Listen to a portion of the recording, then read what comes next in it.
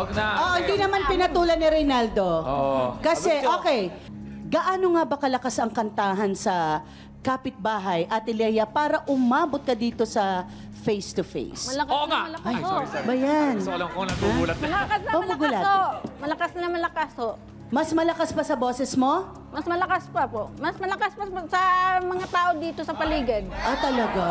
Okay, pero gaano ba ito kadalas, Ate Lea? Bakit ka nagagalit kung ito naman ay nasa okasyon ba? Araw-araw ba? Ito yung ano, 3 beses sa isang linggo. Inaabot ho ng hanggang alauna na madaling araw. Ay, bawal! Dapat Halala mga ko. 12:59 Bawal lang. yun. Kapag may Bawal barangay ho, pag may barangay, tumitigil. 1 a.m., 10 Tumitigil p.m. sila. na alam ko. Nananadya ho. Pag alis ng mga barangay, game na naman sila sa kantahan nila.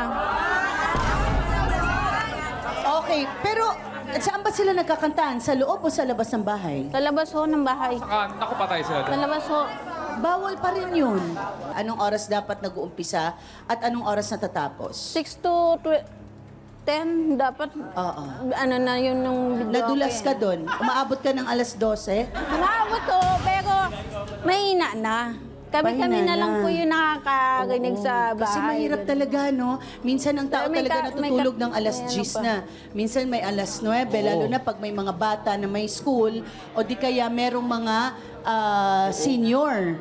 Oo, nakakabulahaw talaga. Lalo na kung lasing na yung kumakanta Oo. tapos wala na sa tono. Saka mahirap na pag marami na nakapila. Siyempre, hintayin mo yung kanta mo.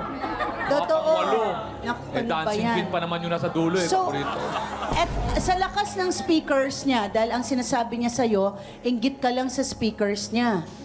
So sa lakas ba ng speakers niya, masasabi mo ba na naririnig ito ng buong barangay? Buong barangay ho, nakakadinig.